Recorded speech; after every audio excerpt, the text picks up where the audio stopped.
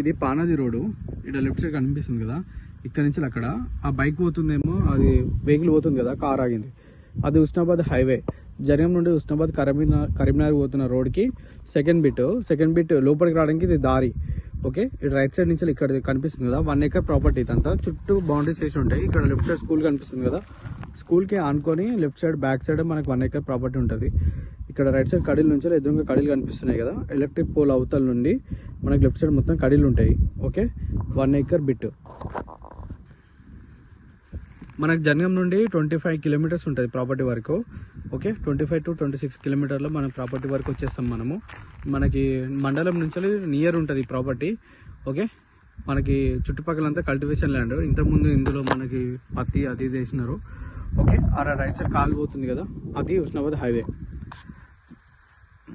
కొంచెం హైవే కానుకొని కొంచెం తక్కువ రేట్లో కావాలనుకున్న వాళ్ళు కాంటాక్ట్ అవ్వండి.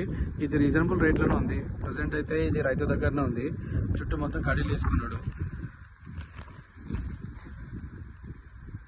ఇదే ల్యాండ్.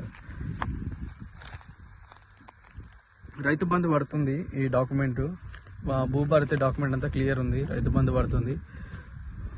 క్లియర్ టైటిల్ ఈ ప్రాపర్టీ.